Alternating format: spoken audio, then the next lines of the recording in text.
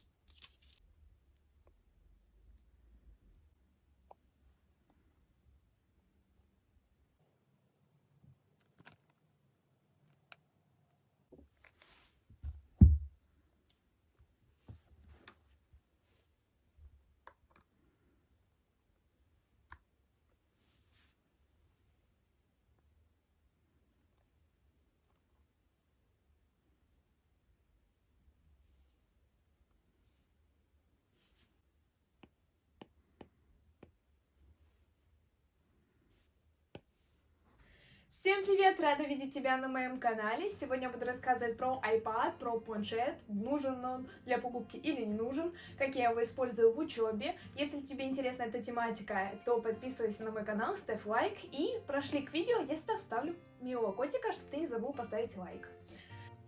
Так, расскажу про iPad. Я купила iPad 21 года, он 9-го вроде поколения, вот, и у меня идет к нему Apple Pencil я купила и чехол. iPad идет с кнопкой, у него на главном экране кнопка, я сделала глянцевую защитку, не знаю, глянцевую защитку и самый обычный чехол, не фирменный, потому что чехлы фирменные очень дорого стоят, и я купила самый обычный.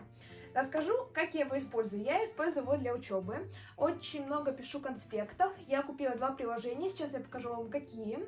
Вот, купила 2 приложения. Причем планшет. Планшет мне вышел $420. Вот.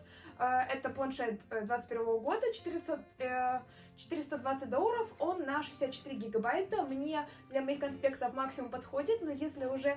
ну, например, я сейчас монтирую видео на планшете иногда, и мне не хватает памяти.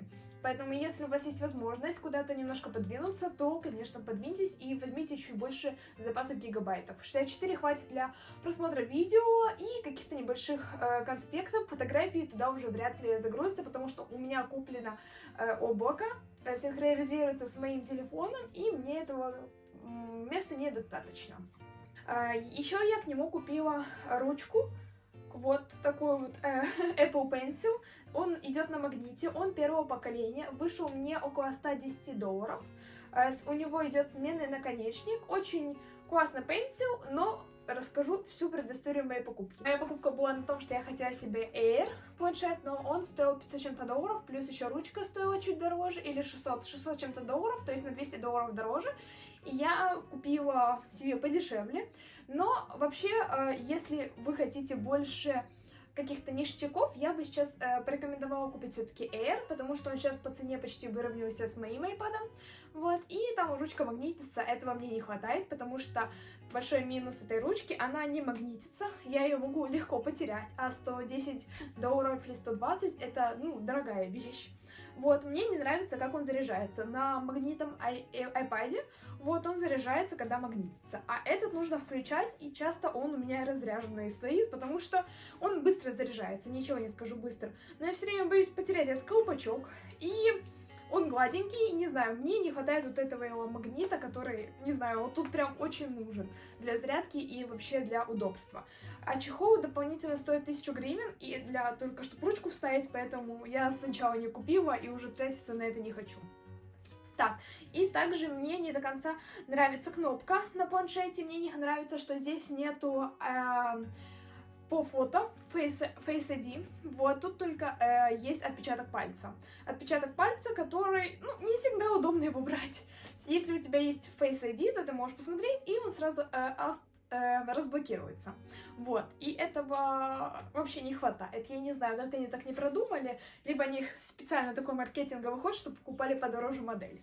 Вот, и что насчет рамок? Здесь большие рамки и есть кнопка. Если честно, не сильно меня это раздражает, то есть я этого вообще не замечаю. Многие говорят, что это некрасиво, не знаю. Когда я поработала, наверное, первый месяц, надо было привыкнуть, а потом привыкла, я даже не замечаю, что здесь есть рамки так граничные, знаете, там блогеры, техноблогеры смотрят, сколько рамка, каждый миллиметр вычисляют. Я смотрела эти видосики и такая, куплю получше, но когда купила чуть похуже, ну, самую первую модель, то я не была ею довольна, и мне это вообще не раздражало никак. Для базового какого-то комплекта, чтобы попробовать понять, нужно тебе это или нет, можно купить самую базовую модель с Apple Pencil первого поколения. Сейчас много, мне кажется, бушных есть вариантов, если вы не хотите прям много тратиться.